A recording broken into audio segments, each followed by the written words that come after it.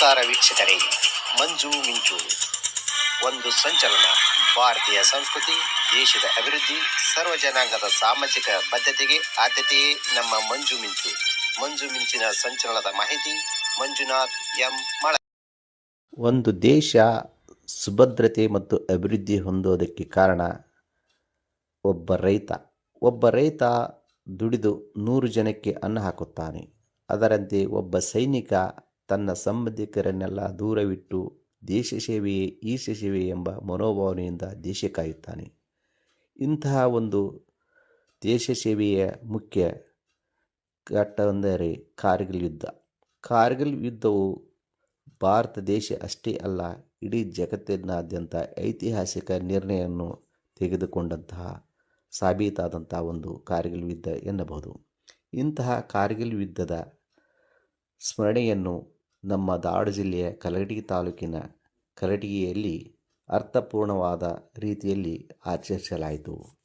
ಇಂತಹ ಒಂದು ಕಾರ್ಗಿಲ್ ಯುದ್ಧದ ಪರಿಣಾಮವಾಗಿ ದೇಶ ಸಂಚಲನ ಮೂಡಿಸಿದಂತಹ ನಮ್ಮ ಸೈನಿಕರು ಇಂದು ಕಲಘಟಗಿಯಲ್ಲಿ ಶಾಲಾ ಮಕ್ಕಳೊಂದಿಗೆ ವಿವಿಧ ಸಂಘಟನೆಗಳ ಪದಾಧಿಕಾರಿಗಳು ಹಾಗೂ ಅನೇಕ ಮುದ್ದು ಮಕ್ಕಳೊಂದಿಗೆ ದೇಶದಲ್ಲಿ ಸೇವೆ ಸಲ್ಲಿಸಿದಂಥ ಸೈನಿಕರು ಸೇರಿ ಅರ್ಥಪೂರ್ಣವಾದಂಥ ಆಚರಣೆಯನ್ನು ಮಾಡಿದ್ದನ್ನು ತಾವಿಲ್ಲಿ ವೀಕ್ಷಿಸಿ. ಮಾಹಿತಿ ಮಂಜು ಮಿಂಚು, ಮಂಜುನಾಥ್ ಎಂ ಮಳೆ.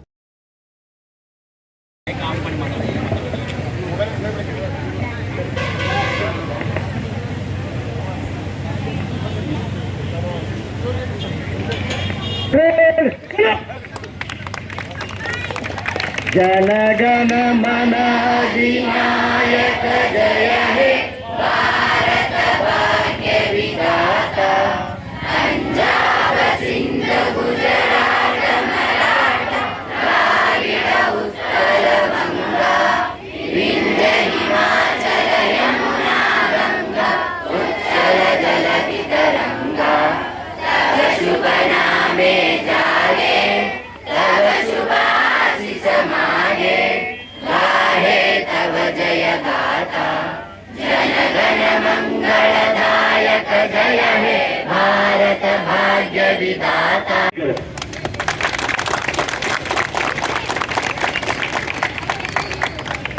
ಕಾರ್ಗಿಲ್ ಲಡಾಯಿ ಇವತ್ತಿಗೆ 27ನೇ ವರ್ಷ ನಗದಾಯಿತು. ಆದರೆ ಕಾರ್ಗಿಲ್ ಲಡಾಯಿ ನಾವು ಈ ಆಚರಣೆ ಮಾಡ್ಕೊತ ಬಂದಿದ್ದೀವಿ. 27 ವರ್ಷ ಆಯ್ತು. ಯಾಕಪ್ಪ ಇದನ್ನ ಮಾಡ್ತಾ ಇರ್ತಾರೆ ಬಹಳಷ್ಟು ಜನಕ್ಕೆ ಅದ್ರ ಬಗ್ಗೆ ಗೊತ್ತಿಲ್ಲ ಅಂತ ನಾನು ಅನ್ಕೊಳ್ತೇನೆ. ತಿಳ್ಕೊಂಡಿದ್ದೇವೆ, ಮೀಡಿಯಾ ಮುಖಾಂತರ ಅದ್ರ ಮುಖಾಂತರ ತಿಳ್ಕೊಂಡಿದ್ದೇವೆ. ಅಲ್ಲಿ ಬರ್ಫ್ ಬಾಳ ಬೀಳ್ತದೆ. ಅಲ್ಲಿ ಕಾರ್ಗಿಲ್ನಲ್ಲಿ ಬರ್ಫ್ ಬಹಳಷ್ಟು ಬೀಳ್ತದೆ. ಬಹಳ ಹೈಟ್ ಆದಂತ ಅದೊಂದು ದೊಡ್ಡ ಬೆಟ್ಟ, ದೊಡ್ಡ ಗುಡ್ಡ. ಆ ಗುಡ್ಡದ ಮೇಲೆ ಬರ್ಫ್ ಬೀಳಕ್ ಸ್ಟಾರ್ಟ್ ಆಯ್ತು ಅಂತ ಒಂದೊಂದು ನೈಟ್ಗೆ 3 ಫೂಟ್ 4 ಫೂಟ್ ಬೀಳ್ತಾ ಇರ್ತದೆ. ಸುಮಾರು ಕೆಳಗಿಂದ ಹಿಡಿದು ಮ್ಯಾಗ್ಮಟ ಅಂತಂದ್ರೆ 16,000 ಫೂಟ್.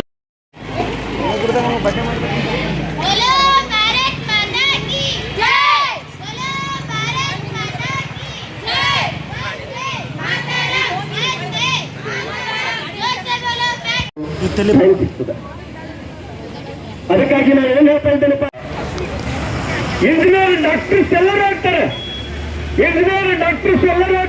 ಆದ್ರೆ ಸೈನಿಕರಾಗಕ್ಕೆ ಒಂದು ಹೆಚ್ಚು ಹಿಂದಾಡ್ತಾ ಇದ್ರಿ. ಇಲ್ಲ, ನಮ್ಮ ಭಾರತ ದೇಶ ನಾವು ಗಟ್ಟಿದ್ರೆ ಮಾತ್ರ ಒಳಗಿನವರು ಎಲ್ಲರೂ ಶಾಂತಿನಿಂದ ಮಕ್ಕಳಕ್ಕೆ ಸಾಧ್ಯ ಅನ್ನುವಂತ ಮಾತನ್ನ ಇದನ್ನು ಹೇಳ್ತೇನೆ. ಗಡಿ ಕಾಯುವ ಸೈನಿಕರು ಅಲ್ಲಿ ಎದೆಗಟ್ಟಿ ನಾವು ಕೂಡ ನಿಂತೇವೆ. ರಿಟೈರ್ಡ್ ಆಗಿ ಬಂದ ನಾವು ಮುಂಚೆಲ್ಲ ನಾವು ಅವ್ರ ಬೆನ್ನೆಲುಬಾಗಿ ನಿಂತಿರ್ತೇವೆ. ಇವತ್ತು ಕಾರ್ಗಿಲ್ ವಿಜಯೋತ್ಸವದ ಎಲ್ಲರಿಗೆ ಮತ್ತೊಮ್ಮೆ ಹಾರ್ದಿಕ ಶುಭಾಶಯಗಳನ್ನು ಹೇಳುತ್ತಾ ನನ್ನ 2 ಮಾತುಗಳನ್ನು ಇಲ್ಲಿಗೆ ತಿಳಿಸುತ್ತೇನೆ ಅಂತ ಹೇಳಿ